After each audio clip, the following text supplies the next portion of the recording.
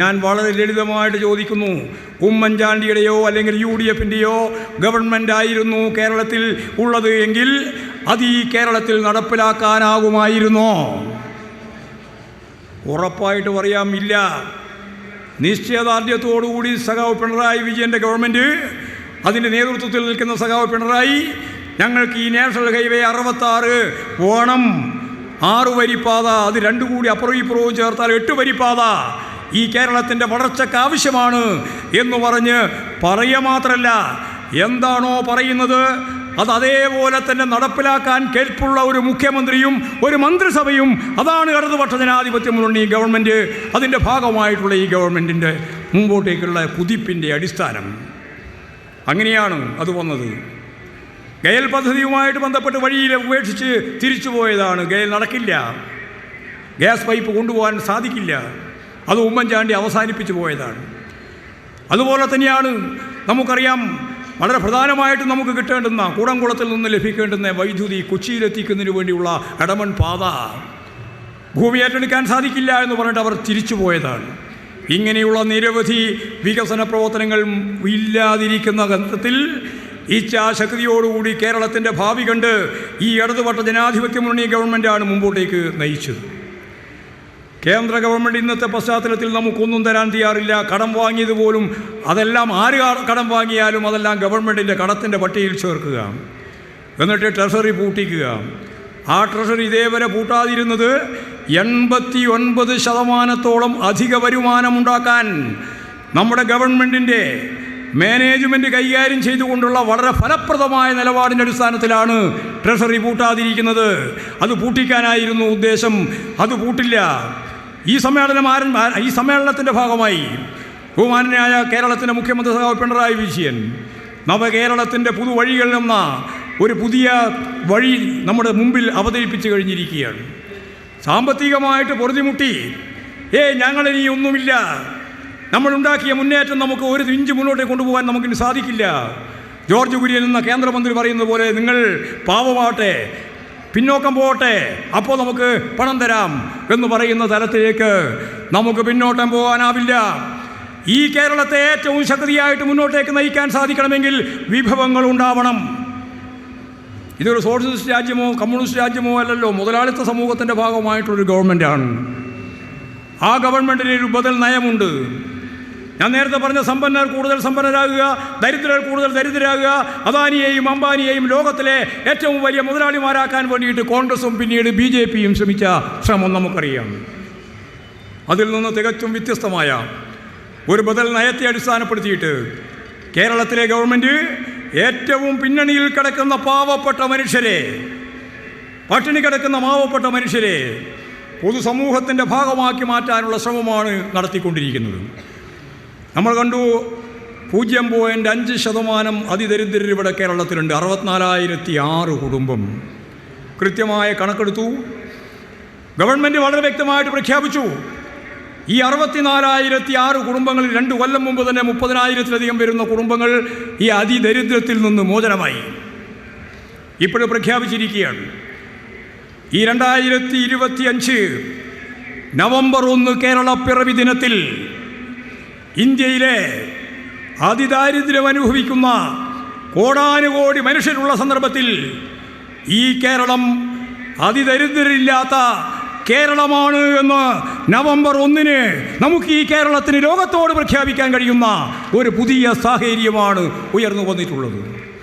വിദ്യാഭ്യാസ മേഖലയിൽ ലോകോത്തരമായ സാഹചര്യം, ആരോഗ്യമേഖലയിൽ വിസ്മയിപ്പിക്കുന്ന രീതിയിലുള്ള നമ്മുടെ പദ്ധതികൾ, ആർദ്രം പദ്ധതി ഉൾപ്പെടെ, തൊഴിലില്ലായ്മ പരിഹരിക്കുന്നതിന് വേണ്ടിയുള്ള കേഡ്സ് ഉൾപ്പെടെ ചേർത്തുകൊണ്ടുള്ള അതിശക്തിയായ മുന്നേറ്റം, വ്യാവസായിക മേഖലയിൽ നമുക്കറിയുന്നത് പോലെ 3 ലക്ഷത്തിലധികം വരുന്ന സംരംഭ പ്രവർത്തനങ്ങൾ, 7 ലക്ഷത്തിലധികം വരുന്ന ആളുകൾക്ക് തൊഴിൽ കൊടുക്കാൻ സാധിക്കുന്ന സാഹചര്യം, 20 ലക്ഷം ആളുകൾക്ക് തൊഴിൽ നൽകുമെന്ന പ്രഖ്യാപിതമായ പ്രകടന പത്രികയിലെ കാര്യങ്ങൾ കൃത്യമായിട്ട് നടപ്പിലാക്കാനുള്ള നിശ്ചയദാർഢ്യം, ഇങ്ങനെ എണ്ണിയാൽ ഒടുങ്ങാത്ത നിരവധിയായ പ്രവർത്തനങ്ങൾ നമ്മൾ നടത്തിക്കൊണ്ടിരിക്കുകയാണ് പ്രതികൂല സാഹചര്യത്തിൽ തന്നെ.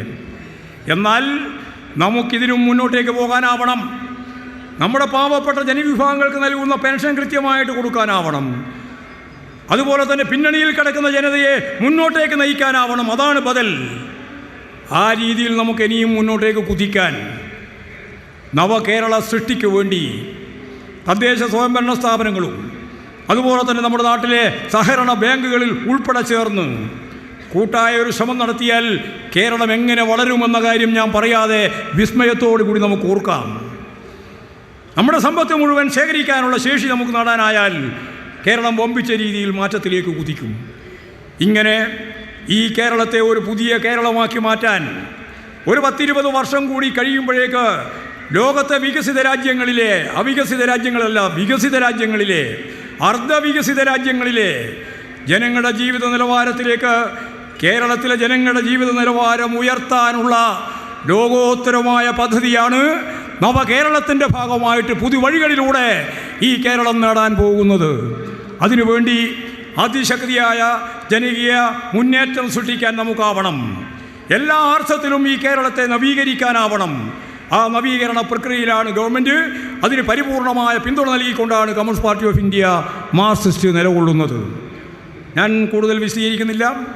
ഇന്നത്തെ ഈ പരിസ്ഥിതിയിൽ നമുക്ക് നമ്മുടെ പാർട്ടിക്ക് അതിശക്തിയായ രീതിയിൽ രാഷ്ട്രീയവൽക്കരണത്തിലൂടെ നമ്മുടെ 5.5 ലക്ഷത്തോളം വരുന്ന പാർട്ടി അംഗങ്ങളുണ്ട്. ഞാൻ നേരത്തെ പറഞ്ഞ പോലെ 38,000-ലധികം വരുന്ന ബ്രാഞ്ചുകളുണ്ട്. 2444 ലോക്കൽ കമ്മിറ്റികളുണ്ട്. ഈ സംഘടനാ രംഗത്ത് അണിനിരന്ന മുഴുവൻ പാർട്ടി സഖാക്കളെയും പാർട്ടി മെമ്പർമാരെയും പാർട്ടി കേഡർമാരെയും രാഷ്ട്രീയവൽക്കരണത്തിലൂടെ മുന്നോട്ടേക്ക് നയിച്ച് സംഘടനാബോധവും രാഷ്ട്രീയബോധമുള്ളവരാക്കി മാറ്റി തെറ്റായ എല്ലാ പ്രവണതകളിൽ നിന്നും അവരെ മോചിപ്പിച്ച് ഈ നാടിലെ ഏറ്റവും പ്രധാനപ്പെട്ട കരുത്തുറ്റ പാർട്ടി നേതൃത്വമായി നമുക്ക് ഓരോരുത്തർക്കും മാറാൻ സാധിക്കുമ്പോഴാണ് വിശ്വസ്തയോടെ മനുഷ്യർ കാണുന്ന ആൾരൂപമായ കമ്മ്യൂണിസ്റ്റ് പാർട്ടിയുടെ നേതാക്കന്മാർക്കുള്ള അംഗീകാരവും നേതാക്കന്മാർക്കുള്ള സ്വീകാര്യതയും നേടിക്കൊണ്ടാണ് പാർട്ടിക്ക് വളരെ വേഗം വളരാൻ സാധിക്കുക. അങ്ങനെ തെറ്റായ എല്ലാ പ്രവണതകൾക്കുമെതിരായി ഈ നാട് സ്നേഹിക്കുന്ന, നാട്ടുകാർ അംഗീകരിക്കുന്ന നിലപാട് ഉയർത്തിപ്പിടിച്ചുകൊണ്ട് പാർട്ടിയെ ഒറ്റക്കെട്ടായി ഒരേ മനസ്സായി നയിക്കാൻ സാധിക്കത്തക്ക രീതിയിൽ അതിനുതകുന്ന രീതിയിലുള്ളൊരു സമ്മേളനമാണ് ഇവിടെ നടന്നിട്ടുള്ളത്. ആ സമ്മേളനത്തിൻ്റെ ഭാഗമായി ഐകണ്ഠ്യമായിട്ട് നമുക്ക് സംസ്ഥാന കമ്മിറ്റിയെ തീരുമാനിക്കാനായി. അതുപോലെ തന്നെ മറ്റ് കാര്യങ്ങളൊക്കെ അതിൻ്റെ ഭാഗമായിട്ട് നിർവഹിച്ചിട്ടുണ്ട്. സംസ്ഥാന സെക്രട്ടേറിയറ്റിനെ നമ്മൾ പുതുതായിട്ട് തീരുമാനിച്ചിട്ടുണ്ട്, തിരഞ്ഞെടുത്തിട്ടുണ്ട്.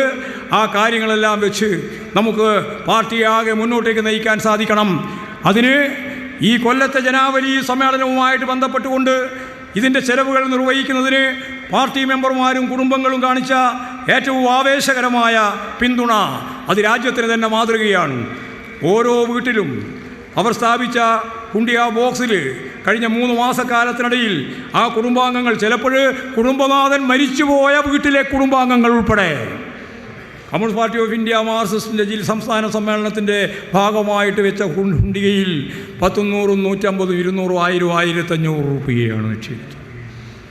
ഞങ്ങളിത് ഓരോന്നിപ്പോഴും ശേഖരിച്ച് വരികയാണ്. ഏതാണ്ട് അതിൻ്റെ അവസാനമായി 2,50,00,000 രൂപയാണ് പാർട്ടി കുടുംബാംഗങ്ങളിൽ നിന്ന് ഈ സമ്മേളനത്തിൻ്റെ ഭാഗമായി ശേഖരിച്ചത്. അധ്വാനിക്കുന്ന വർഗത്തിൻ്റെ പ്രവർത്തനത്തിന് അധ്വാനിക്കുന്ന വർഗത്തിൻ്റെ തന്നെ ചെലവ്. ആ ചെലവിലൂടെയാണ് ഈ പാർട്ടി സമ്മേളനങ്ങൾ നടത്തുന്നത്, പൊതുവെ പാർട്ടി പ്രവർത്തിക്കുന്നത്. ഇവിടെ പറഞ്ഞതുപോലെ ഈ സമ്മേളനത്തിൻ്റെ അനുബന്ധമായി നടത്തിയ ഒരുപാട് പദ്ധതികൾ, പരിപാടികൾ, അതെല്ലാം ജനകീയ വിദ്യാഭ്യാസത്തിൻ്റെ ഭാഗമാണ്. ഞങ്ങളിന്ന് കണ്ടു, ജനകീയ വിദ്യാഭ്യാസം ശക്തിപ്പെടുത്തണം കേരളത്തിൽ.